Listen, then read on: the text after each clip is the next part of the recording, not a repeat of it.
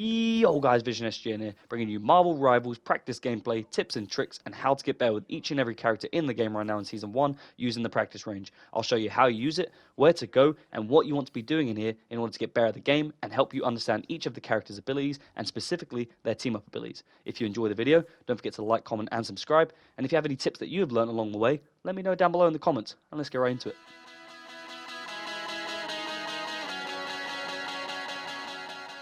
So first things first, I don't think most people understand how useful this practice range really is and what you can actually do in it. So I thought it'd be worth making a video just to demonstrate all of the areas in here and what you're able to actually do. So from the menu, you want to click practice, which sits right above where you search for games, and you'll come to this screen where you could pick any of the 35 characters in the game. As you can see, I have picked Punisher, and here I will demonstrate exactly what you can do in this arena and where you want to go to do so. And for the most part, you can use this for whatever you wish. It could be to practice and master a character you use online, or practice new characters where you don't quite understand how to use their abilities and you're not quite confident to do so in a game where you're likely to cause problems for your team and may result in you losing the game, which then you may blame yourself and think, well, that character wasn't good for me, or I wasn't good at that character. But for the most part, it may just be that it was that one single game, or it wasn't even anything to do with you and your character. So just bear that in mind.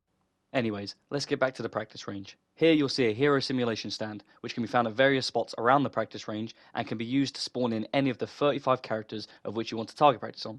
As you can see, I choose Groot. Once you spawn them in, you can use any of the weapons, you can use any of your abilities to figure out exactly what style of combat you want to use, any of the different combinations you want to try and experiment with, and you can just get a general feel of how long it takes to take down any of these type of characters. Along the stairs up to your right, you'll then see a battleground taking place where you have 3 allied bots versus 3 enemy bots. In this location, you'll also have an ultimate charge point, which is really useful because you can just keep practicing and trying out different experiments with these ultimates. As you can see here, I'm trying Punishers out and just seeing exactly how long it takes to take down these bots and exactly what they do. You'll notice a stairway on the left-hand side of the battleground, which will take you down and underneath spawn into the simulation center.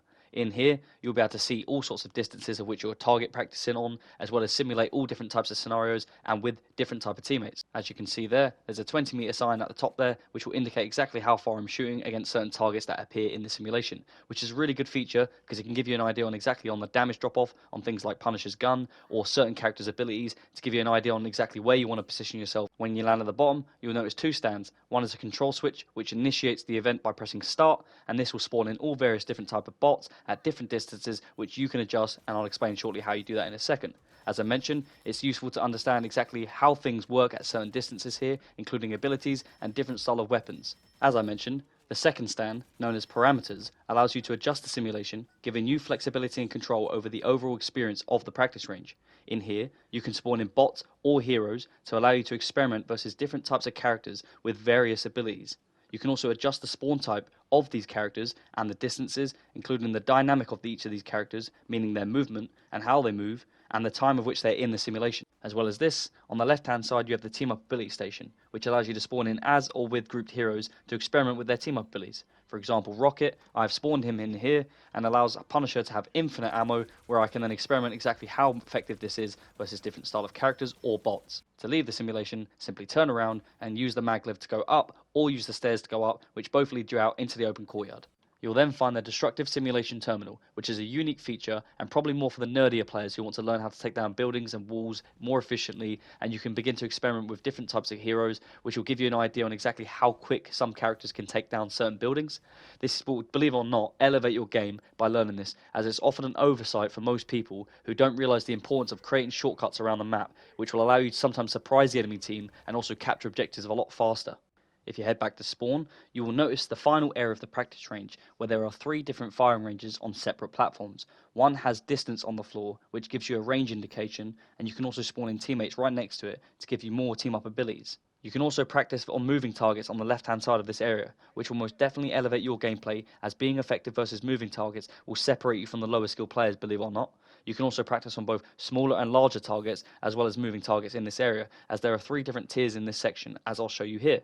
And you can also practice on flying targets in this area, because if you can master hitting a flying moving target such as an Iron Man or a Storm, you'll elevate your gameplay even further, because that is a real problem for most casual players in this game. And as you head back towards the first area, you'll notice there's one last platform which we haven't gone over. Here you'll see an ultimate charge point as well as a team up ability station, and in this location I'm just going to demonstrate some of the team up abilities Iron Man has, and that is with Hulk, and to the extent of which these abilities can be used, because I think it's really important to understand for every new player what each character does, regardless of if you're going to play that character or not. If you can understand exactly what capabilities each character has and what they do when they're teamed up with others, that will help elevate your gameplay as a player massively, because you'll understand exactly what that player can do and what they have up their sleeve almost. And just before we wrap up, I've got to show some love for my support players and help you understand that this practice range is also very useful for you too. Here you can learn all of their abilities, the angles you want to be playing with each of the characters, and to what extent their abilities work alongside these bots, which will clearly indicate how effective each support hero is as they're healing, as they're constantly being damaged, so feel free to try this area out if you're trying to learn support. And that's it. If you enjoyed the video, don't forget to like, comment, and subscribe. And let me know down below if you use the practice range to learn any of the new characters, or if you use it to perfect any of your mains, such as Spider-Man for his movement, or maybe Wolverine for his damage versus smaller and larger targets. I'm Vision SGN, and I'll see you in the next one.